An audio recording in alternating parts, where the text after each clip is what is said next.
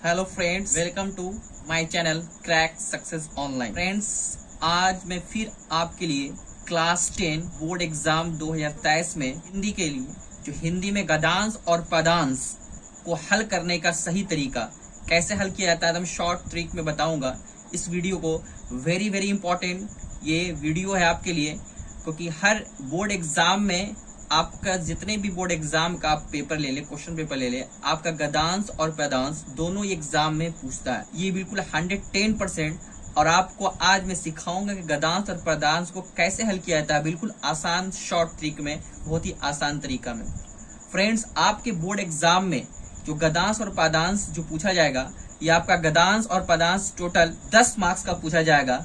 आपका गद्यांश 10 मार्क्स का होगा प्लस पदांश। फ्रेंड्स, आपका जो गद्यांश वो आपका 10 मार्क्स का होगा, ठीक है, और पदांश जो व्याख्या करने वाला होगा वो 5 मार्क्स का होगा। मतलब फ्रेंड्स, आपका 15 मार्क्स का गद्यांश और पदांश से आगे ये फिक्स हो गया। आपका 15 मार्क्स। आज आप इस वीडियो को लास्ट तक देखें, इन तक देखिएगा। फ्रेंड्स, आपको ऐसा ट्रिक से बताऊंगा, आपको 15 मार्क्स आप अचीव कर लें, एग्जाम में फिक्स हो गया, आपको कोई नहीं नंबर काट सकता है। तो फ्रेंड्स, आप जो भी मेरे चैनल पे नए जुड़े हैं, नए आए हैं, प्लीज सब्सक्राइब कर दें और लाइक करना ना भूलें, और बेल आइकन का बटन जो नीचे आपका दिया हुआ है उसको दबाना ना भूलें, ताकि सबसे पहले जो आने वाले जो नोटिफिकेशन है सबसे पहले आप तक पहुंचे। फ्रेंड्स, तो फटाफट मैं वीडियो को स्टार्ट करता हूँ। सबसे पहले देखिए, गद्यांश लिखा है, वो गद्यांश आपको इस तरह से एग्जाम में आएगा, पूरा लिखा हुआ इस तरह से गद्यांश एक आएगा लिखा हुआ। आपका लिखा हुआ गद्यांश, आप उसको अच्छे से पढ़ना है, गौर से पढ़ना है, थोड़ा सा रुक के पढ़ना है, स्पीड में नहीं पढ़ना, क्योंकि आपका आंसर जो है वो गद्यांश में ही छुपा रहेगा। ठीक है, इसका ट्रिक यही है कि इसमें आपको बच्चे देख के बकाना नहीं कितना लंबा इसका आंसर क्या होगा। आपका गद्यांश मतलब उसी को अच्छे से पढ़िएगा, आंसर आपको उसी में छुपा रहता है। तो लिखा हुआ, वर्तमान भारतीय न्यायिक प्रणाली का आरंभ 1600 ईस्वी तक हो चुका था। ईस्ट इंडिया कंपनी बड़े नगरों में अंग्रेजी विधि पर आधारित न्यायिक व्यवस्था आरंभ कर चुका था। 1772 ईस्वी तक वारेन हेस्टिंग ने मुफस्सल दीवानी एवं निजामत अदालतों का गठन कर लिया था। 1861 ईस्वी में ब्रिटिश संसद द्वारा भारतीय उच्च न्यायालय अधिनियम 1861 पारित किया गया। इस अधिनियम के द्वारा कलकत्ता, मद्रास और मुंबई में एक एक उच्च न्यायालय की स्थापना का अधिकार दिया गया। फ्रेंड्स, तो इसको आपको गद्यांश को बिल्कुल आराम से अच्छे से पढ़ना है, थोड़ा सा इत्मीनान से, अकबका कहीं, क्योंकि इसी गद्यांश में इसका ट्रिक है, ये इसका बिल्कुल शॉर्ट ट्रिक यही है कि आप इसको शॉर्ट में, मतलब शॉर्ट ट्रिक इसका बनाने का है कि आप इसको इत्मीनान से अच्छे से पढ़िएगा, क्योंकि आंसर आपका गद्यांश में ही छुपा रहता है। और आपका 10 मार्क्स बिल्कुल आसानी से आपको अचीव कर लीजिएगा। अब इसका क्वेश्चन देखिए फ्रेंड्स, इसका पहला प्रश्न लिखा हुआ, भारतीय न्यायिक प्रणाली का आरंभ कब हुआ।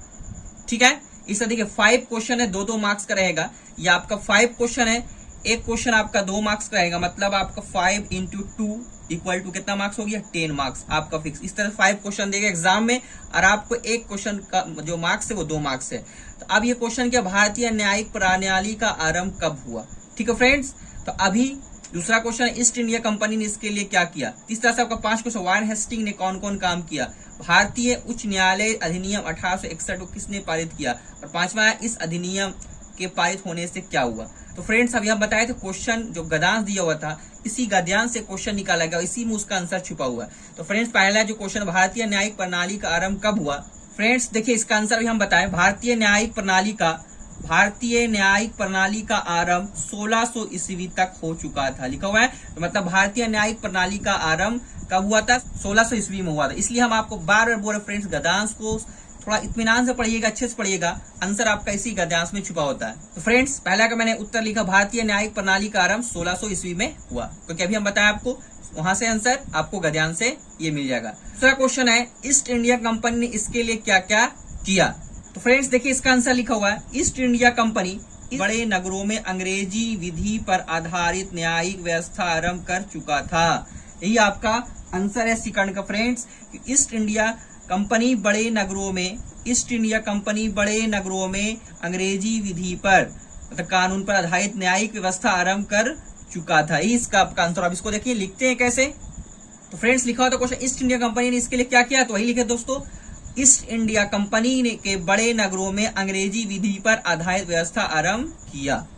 ठीक है, इसका आंसर आपका सेकंड का हो गया। थर्ड क्वेश्चन जो आपका, वारेन हेस्टिंग ने कौन काम किया।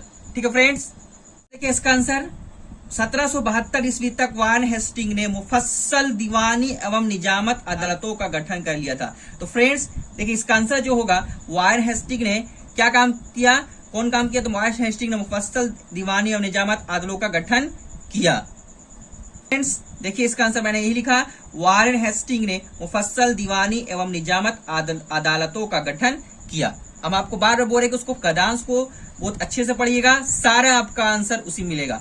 तो फ्रेंड्स 4th नंबर क्वेश्चन, तो भारतीय उच्च न्यायालय अधिनियम 1861 को किसने पारित किया। फ्रेंड्स देखिए लिखा हुआ 1861 में ब्रिटिश संसद द्वारा भारतीय उच्च न्यायालय अधिनियम 1861 पारित किया गया। तो किसने किया था आपको पता है, 1772 तक जो वारेन हेस्टिंग, आंसर क्या होगा, इसी ने आपका दीवानी और निजामत अदालतों का गठन किया। तो इसी ने 1861 में ब्रिटिश संसद द्वारा भारतीय उच्च, अब देखिए इसका आंसर जो लिखना है आपको, देखिए डबल है, यहाँ पे लिखा 1861 में ब्रिटिश संसद द्वारा, मतलब इसका आंसर कौन हो जाएगा आपका, ब्रिटिश संसद द्वारा, ब्रिटिश संसद द्वारा 1861 ईस्वी में ब्रिटिश संसद द्वारा भारतीय उच्च न्यायालय अधिनियम 1861 पारित किया गया। तो फ्रेंड्स 4था नंबर का, भारतीय उच्च न्यायालय अधिनियम 1861 को ब्रिटिश संसद ने पारित किया। ठीक है, लास्ट क्वेश्चन है, इस अधिनियम के पारित होने से क्या हुआ, इस अधिनियम के पारित होने से क्या हुआ। फ्रेंड्स देखिए तो आपका ये आंसर देखिए, उसके बाद हम यहाँ पढ़े थे, उसके बाद इस अधिनियम